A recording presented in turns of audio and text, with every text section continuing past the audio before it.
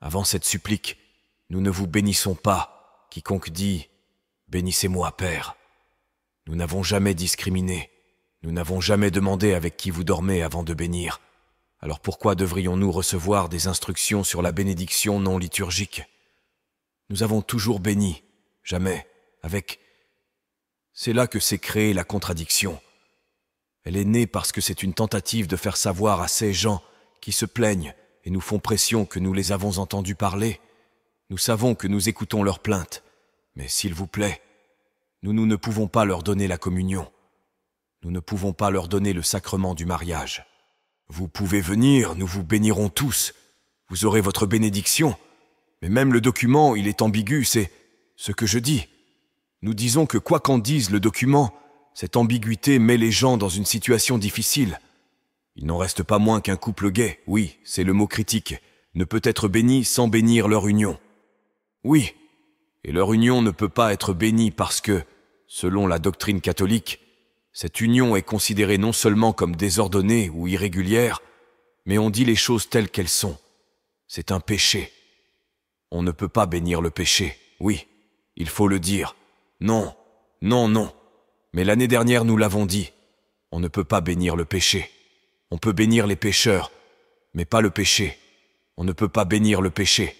Alors donc, pour un couple, pour un homme et un homme, venir dire « Bénis-nous pendant que nous nous tenons la main, Père », est un péché. Le document indique même à plusieurs reprises que quoi que vous fassiez lors de la bénédiction, assurez-vous que cela ne donne pas l'impression que vous bénissez leur union. Assurez-vous que cela n'est pas lié à ce qu'ils font au tribunal. Assurez-vous qu'aucune célébration n'y est associée, mais toutes ces dispositions, et ainsi de suite, n'ont pas vraiment d'importance. Il manque une chose dans le document. Il n'y a pas d'appel à la repentance. Exactement, oui, cela manque dans le document. Si nous sommes aujourd'hui réticents à admettre que l'union homosexuelle est un péché, pouvons-nous le faire? Nous disons que nous le faisons. Nous l'avons dit. C'est toujours un péché.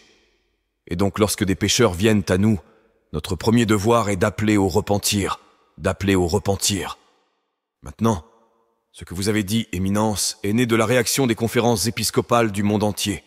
Oui, du Cameroun, du Malawi, de la Zambie, du Nigeria, du Burkina Faso, du Niger, du Kenya, de l'Afrique du Sud, de l'Eswatini, du Ghana, du Zimbabwe, de l'Ouganda, et le président de la conférence des évêques et d'autres conférences hors d'Afrique.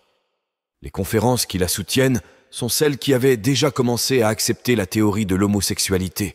Oui, en particulier l'Allemagne, l'Autriche, la Belgique. Oui, je ne suis même pas sûr que l'Angleterre le fasse.